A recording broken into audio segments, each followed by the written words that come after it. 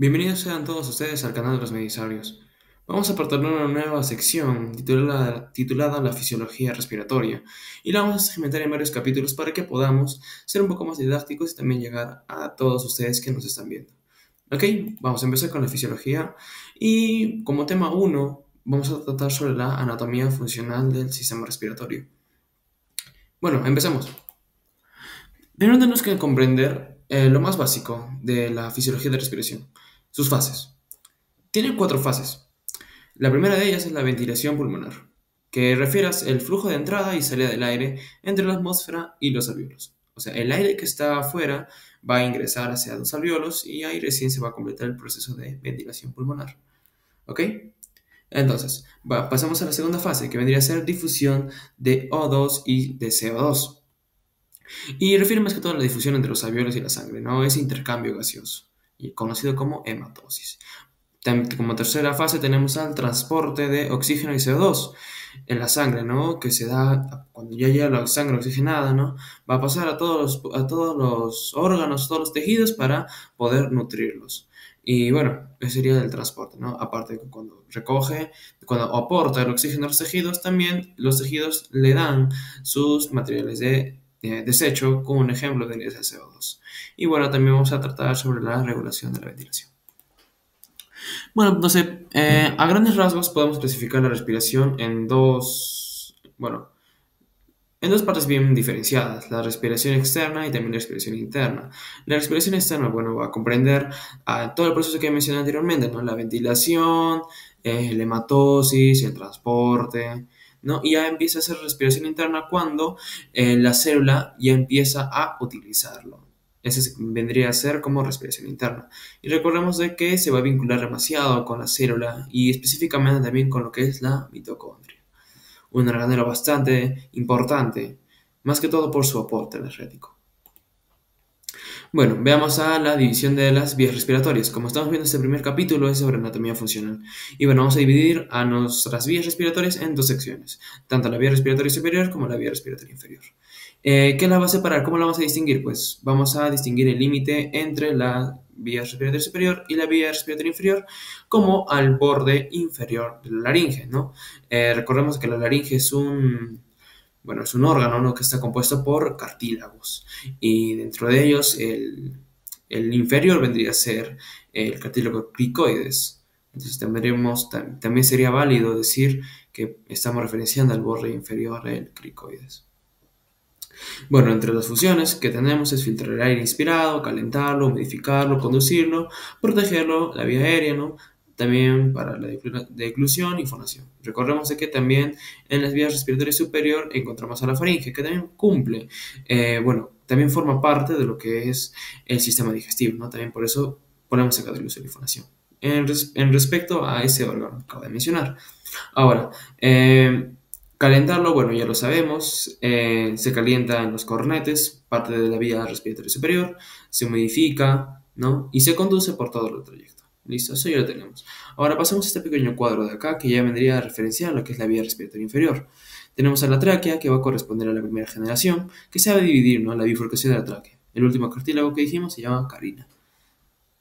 Y bueno, vamos a tener los bronquios en su segunda generación, los bronquios de segunda generación, bronquios de tercera generación, y bueno, los bronquiolos van a aparecer a partir de la cuarta generación.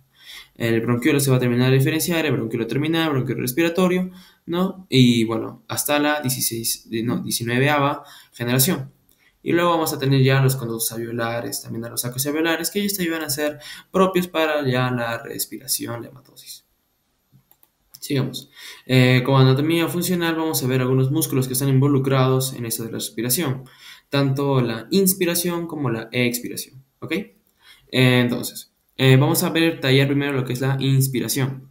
Quiero que tengamos en cuenta dos conceptos bastante importantes, la hiperpnea y la eupnea. Bueno, la hiperpnea es el aumento en la capacidad del aire ventilado, ¿no? Por unidad de tiempo-relación. O sea, a medida que tú vas respirando, ¿no? Ventilando. Si ese número se incrementa, pues está haciendo una hiperpnea. Y apnea es el número normal. Entonces, vamos a darle un vistazo a todos los músculos. Vamos a dividirlos en dos. A músculos respiratorios principales y músculos respiratorios accesorios. Entre los principales encontramos a los intercostales externos y al diafragma. ¿No? Esos son los principales. Ahora, los accesorios encontramos al esternocleidomastoideo, a los escalenos, al pectoral menor y el serrato anterior. ¿Cómo te lo puedes recordar? Bueno, yo tengo una mnemotecnia bastante eficiente que vendría a ser San Pedro.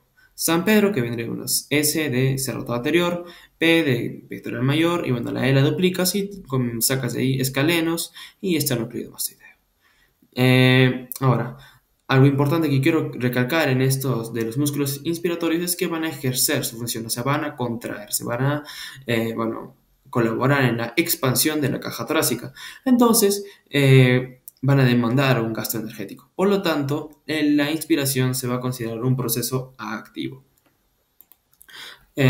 Justamente lo que voy diciendo también corresponde a esta imagen de que estamos viendo, la imagen de la izquierda, eh, acá están los intercostales externos, los escalenos, el esternocleidomastoideo, que acá están definidas sus funciones. El esternocleidomastoideo que va a elevar el esternón, los escalenos que van a elevar las costillas 1 y 2, los intercostales externos que recordemos es uno de los músculos inspiratorios principales, va a elevar las costillas desde la 2 hasta la 12, ¿no? Y va a ensanchar la cavidad torácica.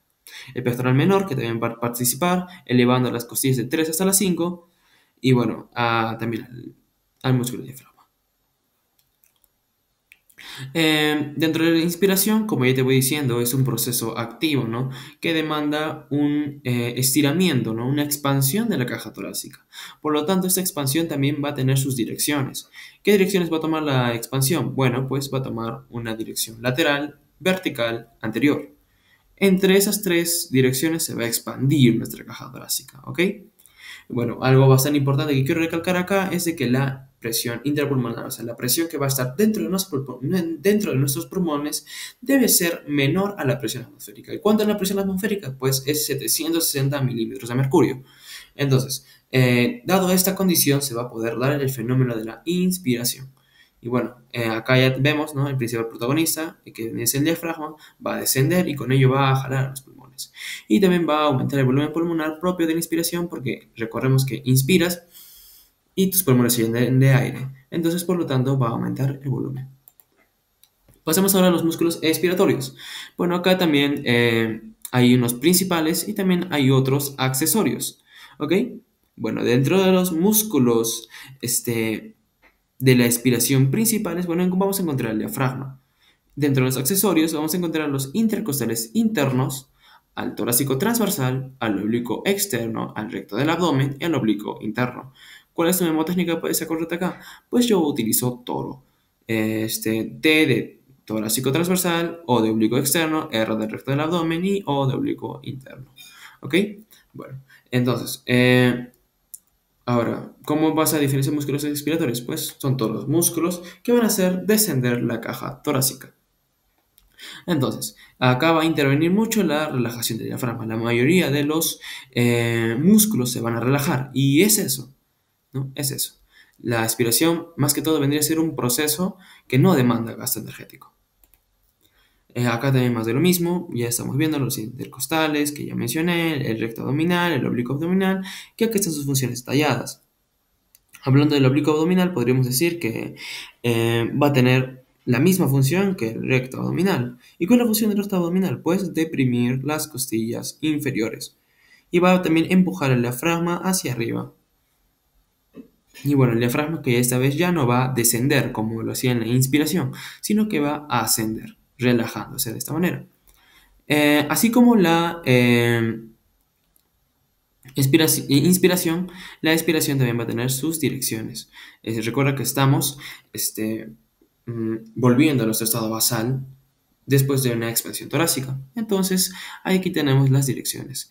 Más que todo, son las mismas direcciones con las que se ha expandido en la inspiración. Y bueno, ahí ya lo vas relacionando. Ahora, una característica bastante importante es que la presión intrapulmonar debe ser mayor de la presión atmosférica, a diferencia de la inspiración que debe ser menor. ¿Ok? Y bueno, acá ya te mencioné que la expiración es un proceso pasivo. Listo. Pasamos ya a lo último, que vendría a ser la histología respiratoria. Vamos a hacer un corte en un alveolo y vamos a notar ciertos tipos de células. Entre ellas, las más destacadas son el neumocito tipo 1 y el neumocito tipo 2. Que el neumocito tipo 1 va a permitir la rápida difusión, ¿no?, entre el aire y la sangre, ese intercambio gaseoso, al que llamamos hematosis. Y bueno, también el neumocito tipo 2, que sus funciones principales va a ser reparar el epitelio alveolar cuando se sufra algún tipo de injuria y también secretar el líquido surfactante pulmonar, que va a cobrar mucha relevancia en lo que es la mecánica de ventilación. Y bueno, es lo que ya podemos ver en esta imagen, ¿no? Ahora, te voy adelantando. Hay un concepto que se le conoce como membrana respiratoria. La membrana respiratoria va a estar compuesta justamente por lo que es parte del neumocito tipo 1, el parénquima del alveolo, la membrana basal, bueno, del, del endotelio del capilar y bueno, justamente el capilar, ¿ya? Y bueno, eso sería la membrana respiratoria. ¿Qué importancia tiene? Pues es la superficie, ¿no?, donde se va a realizar la hematosis. Y bueno, eso sería todo por el día de hoy y el siguiente tema va a ser mecánica de ventilación. Nos vemos.